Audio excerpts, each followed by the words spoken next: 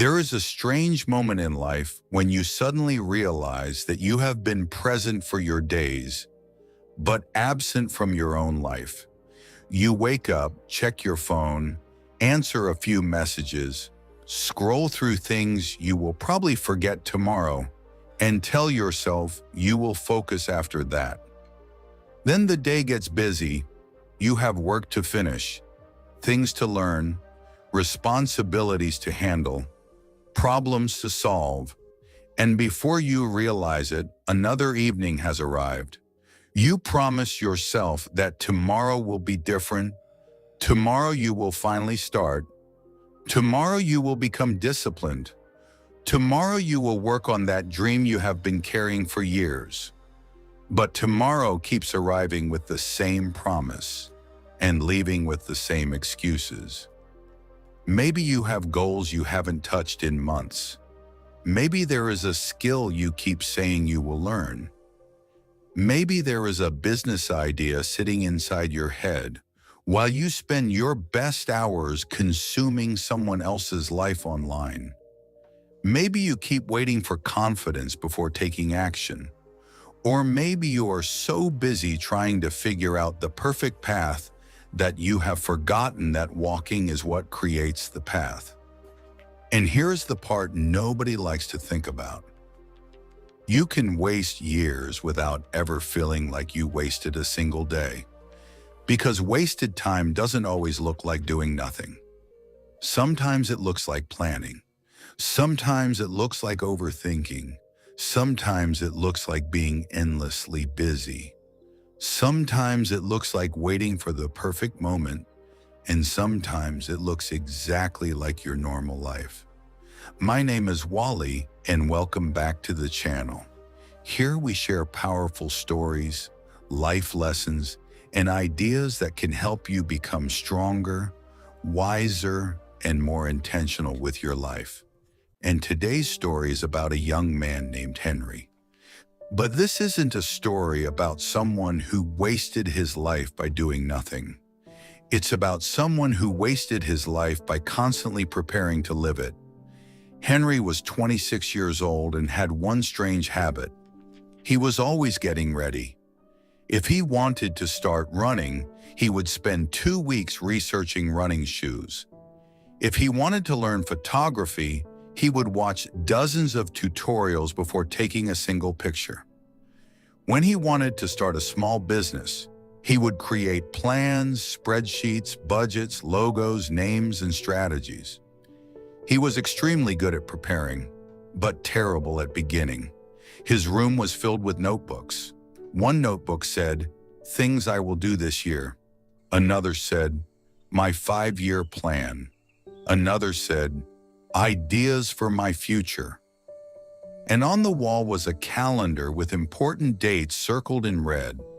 The strange thing was that almost nothing on those calendars ever happened. One evening, Henry received a message from his old friend Peter. "Are you coming tonight?" Henry looked at the message. It was a small gathering. People he had not seen in months were meeting at an old cafe near the river. He wanted to go, but then he looked at his unfinished work. "I'll go next time," he thought. He put his phone down. That night he spent 3 hours watching videos about productivity. He went to bed feeling productive, but he had produced nothing. The next morning, something unusual happened. On his way to work, Henry noticed an old shop he had passed hundreds of times. There was a sign above the door. "Time repaired here." He stopped. He had never noticed it before. Inside the shop sat an old man named Mark. The walls were covered with clocks, big clocks, small clocks, broken clocks, pocket watches, old watches with cracked glass. Some were running, some had stopped, and some had no hands at all. Mark looked up. "You're late," he said. Henry laughed. "I've never been here before." Mark smiled. "That's why you are late." Henry thought the old man was strange. He turned to leave. Then he noticed something on the counter. It was a beautiful silver pocket watch. "What's that?" Mark picked it up. "Someone brought this to me 20 years ago." "Is it broken?" "No." "Then why is it here?" Mark looked at him. "Because the owner never decided what to do with it." Henry frowned. "That doesn't make sense." "It will." Mark opened the watch. The second hand was moving. Tick, tick, tick. "Most people think wasting time means doing something useless," Mark said. "But that is only one kind of waste." He placed the watch on the counter. "The more dangerous kind is spending your time preparing for a life you never actually live." Henry became uncomfortable. He looked around the shop. "What do you mean?" Mark pointed toward the clocks. "Every clock here stopped for a different reason. Some were damaged, some were forgotten. Some were never repaired because their owners kept saying they would come back tomorrow." Henry stared at him. "And what happened to those owners?" Mark smiled. "Tomorrow happened." That sentence stayed in Henry's head all day. That evening, Henry opened his notebook. At the top of the page, he had written, "Things I will start soon." He looked at the list. Learn photography, start exercising, call dad, travel somewhere alone, build a business, write something, spend more time with friends.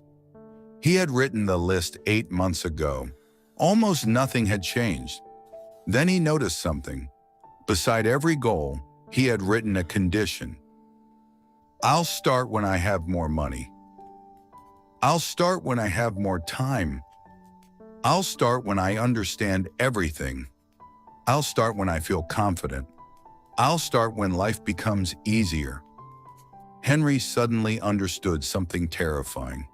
He wasn't waiting for the right time. He was using the idea of the right time to avoid the fear of starting. The next morning, he returned to Mark's shop. "I want the watch," Henry said. Mark handed him the silver pocket watch.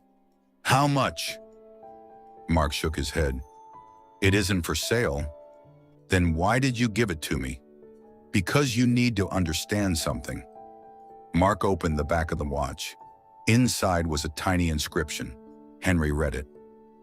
"Time does not ask what you planned." He looked up. Mark continued. "You think you are saving your life for later, but later is not a storage room." Henry stayed silent. Then Mark asked him a question. "If you knew you had exactly 1 year left, what would you stop postponing?" Henry didn't answer. Because the answer came immediately. He would call his folder more. He would see his friends. He would start creating instead of endlessly preparing. He would travel. He would take care of his body. He would stop worrying about looking foolish. He would finally do the things he kept telling himself he would do someday. Mark nodded. "Then why are you waiting?" Henry looked at the clock. "I don't know." Mark smiled. "That is the most expensive answer people give." From that day, Henry changed his approach. Not dramatically. He didn't quit his job. He didn't become rich overnight. He didn't wake up at 5 in the morning and become a completely different person. Instead, he started doing something much harder. He stopped negotiating with himself. If he wanted to exercise, he exercised for 20 minutes. If he wanted to write, he wrote 1 page. If he wanted to learn, he learned instead of collecting tutorials. If he wanted to call someone, he called. If he had an idea, he gave it a small beginning. His first photography project was terrible. His first business idea failed. His first month of exercise was inconsistent. His first attempt at writing was embarrassing. But for the first time, Henry was failing at things he actually wanted to accomplish. And strangely, those failures felt better than his old success at planning. Months passed. Then one afternoon, Henry received a call. It was from his father. "Can you come home this weekend?" Henry almost said, "I'm busy." That was his usual answer. Instead, he said, "Yes." He drove home. They spent the afternoon sitting outside, talking about things they had never talked about. At sunset, his father looked at him and said, "You seem different." Henry smiled. "I finally realized I don't have unlimited time." His father laughed. "None of us do." That night, Henry opened the silver pocket watch. Something was wrong. The second hand had stopped. He panicked. The next morning, he took it back to Mark's shop. But the shop was gone. The sign was gone. The windows were covered with dust. There was no clock shop, no Mark, nothing. Henry asked the shopkeeper next door, "Do you know what happened to the old man who owned this place?" The man looked confused. "There hasn't been a clock shop here for years." Henry stared at him. "That can't be right." The man shook his head. "It used to be a storage room." Henry looked at the pocket watch in his hand. He opened the back again. The inscription was still there. "Time does not ask what you planned." But underneath it, he noticed something he had never seen before. A second line. "Use what remains." Henry finally understood. Maybe Mark had been real. Maybe he hadn't. Maybe the shop had been nothing more than a strange moment in his life. But that didn't matter anymore, because the message was real, and Henry carried it with him. Years later, Henry became successful. Not because he became the smartest person in the room, not because he discovered some secret formula. He became successful because he learned to stop treating his life like a rehearsal. And whenever someone asked him what changed everything for him, he would tell them, "I stopped waiting to become ready." Because here is the truth. You will never feel completely ready. You will never have perfect confidence. You will never have unlimited money. You will never have unlimited time. And you will never eliminate uncertainty.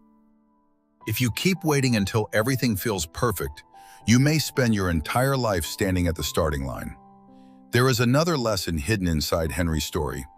Wasting your life does not always look like lying in bed all day. Sometimes it looks like being busy. Sometimes it looks like planning.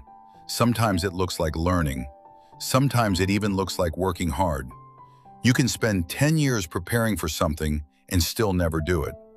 Preparation is valuable only when it eventually becomes action. Knowledge is valuable when you use it. Dreams are valuable when you pursue them. Time is valuable because it cannot be returned. And perhaps the biggest mistake people make is thinking they have to change their entire life tomorrow. You don't. You just need to stop wasting today.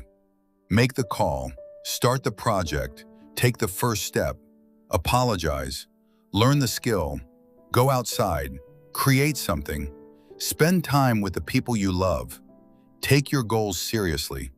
And if you fail, fail while moving forward. Because one day, you may look back and realize that the days you thought were ordinary were actually the most valuable days of your life.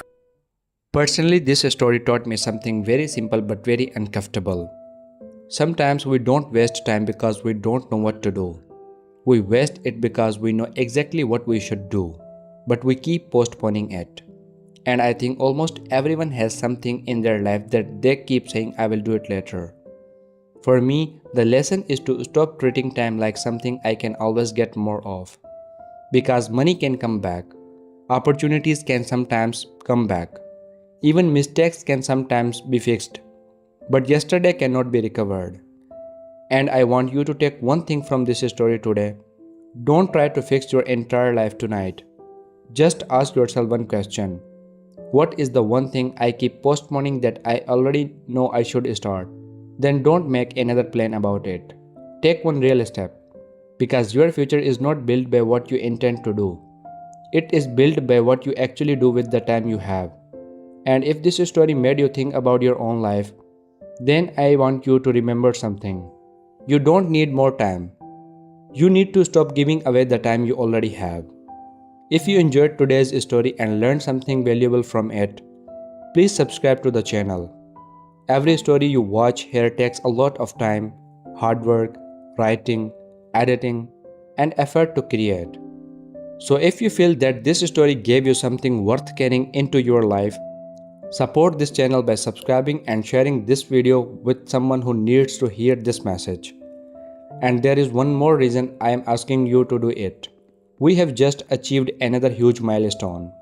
We have completed 50,000 subscribers on this channel. That achievement isn't mine alone. It belongs to everyone who watched, liked, and commented, shared, and supported these stories. Now let's not stop here. Let's take the journey toward 100,000 subscribers together. Show me the same love and support, and let's see how quickly we can reach that next milestone. And if you have not watched my previous story yet, make sure you check out Fear Less, Live More. Because sometimes the life you want is waiting on the other side of the fear you have been protecting yourself from. Thank you for watching, and remember, your life is happening right now. Not tomorrow, not someday, right now. So don't just plan to live. Live.